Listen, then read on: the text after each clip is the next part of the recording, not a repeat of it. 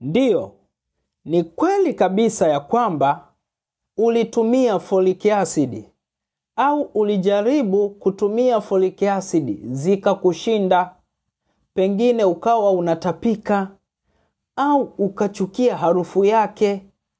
Lakini tambua ya kwamba hizo ni muhimu, unapaswa kuendelea kuzitumia.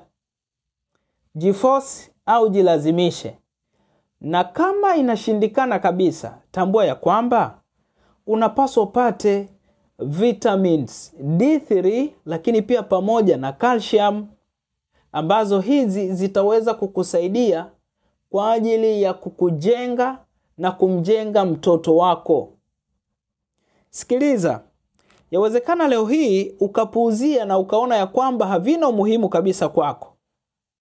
Lakini nachotamani nikwambie ni kwamba wakati utafika ambao baadaye utakuja kukumbuka, utajiuliza ya kwamba hivi sababu ya mtoto wako kuwa hivyo ni nini?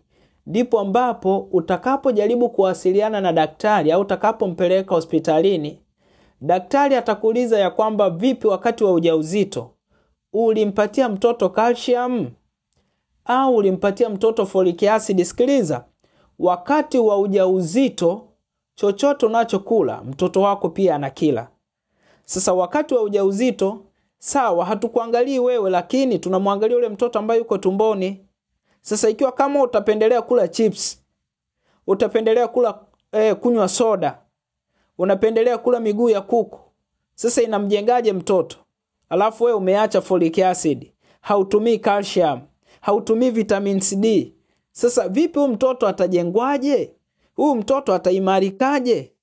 Lakini kwa sababu Mungu ndiye muumbaji, na yeye Mungu ndiye aliyemweka huko tumboni kwako, na Mungu ndiye aliyekupa dhamana ya kumbeba, na kwa sababu huyo ni wa Mungu, kwa neema ya Mungu ataendelea kumlinda. Lakini ni muhimu ukapata hivi vitu ili viweze kukusaidia. Vikusaidie wewe, kukujenga wewe, lakini pia vimsaidie na kumjenga mtoto wako. Namna ya kuvipata, tunaweza tukawasiliana, nikakupa ushauri na nikakuelekeza kipi ni kizuri zaidi, ipi ni nzuri zaidi ya kuweza kutumia ili kumjenga mtoto na kukujenga wewe. Karibu. Namba ipo kwenye bio.